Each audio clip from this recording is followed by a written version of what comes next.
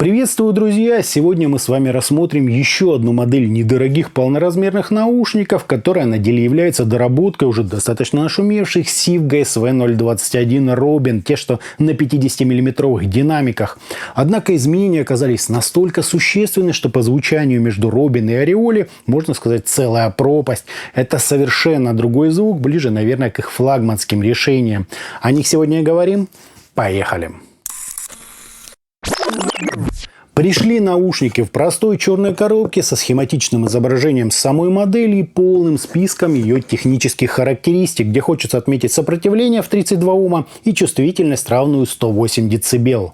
В комплект нам положили мешочек для переноса, стандартный переходник с 3,5 на 6,35 мм и относительно длинный матерчатый кабель с 2,5 на классический уже 3,5 мм джек. Сопротивление кабеля моя аппаратура показала равным почти целому Ому.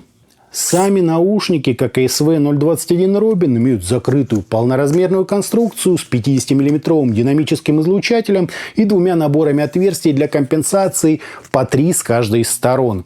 На голове они сидят удобно, ничего никуда не тянет и чрезмерно не давит. Уши в них практически не потеют, да и весит модель около 280 грамм. Оголовье здесь цельное, с мягкой подложкой из поролона, а регулировка происходит с тактильно приятными механическими щелчками.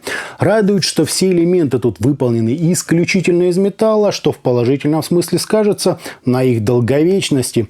Ну и как не отметить, что в отличие от Robin, теперь у нас уже две степени свободы. Это 90 градусов по вертикали и примерно 45 по горизонтали. Амбушюры приятные, стилизованные под кожу, а внешняя часть наушников сделана из натурального дерева, причем нам на выбор дают две породы – светлую и темную. Снизу же у них находятся входы по 2,5 мм с обозначением левый и правый, чтобы вы не запутались. Плюс еще на кабеле имеется соответствующая цветовая маркировка, где красный – это всегда правый. Вот так все это, друзья, и выглядит.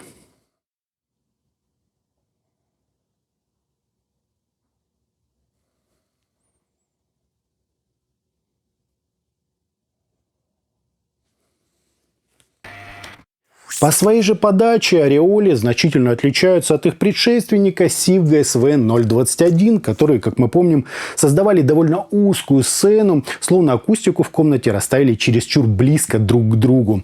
Впрочем, это создавало свой особенный шарм. Звучание становилось жирненьким, сверхмузыкальным, с подчеркнутыми такими низкими частотами.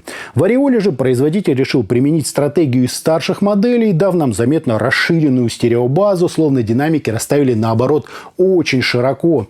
Есть там, конечно, свой собственный кайф. Например, присутствует ощущение такого большого зала, инструментам хватает и воздуха, и пространства, а следовательно, куда лучше чувствуется их проработка и значительнее масштаб.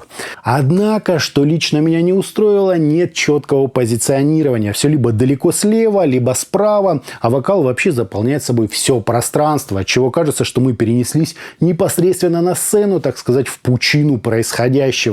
Уверен, многие из-за этого получат свой вау-эффект и отметят наушники чуть ли не лучшими в данном сегменте, но этот момент, на мой взгляд, на любителя.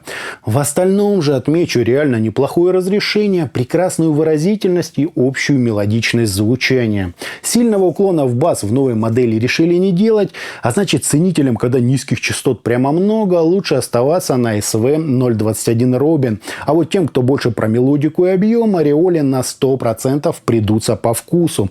В этом им действительно есть чем нас удивить. У звука правильный вес, достойная артикуляция, есть свой собственный так называемый почерк.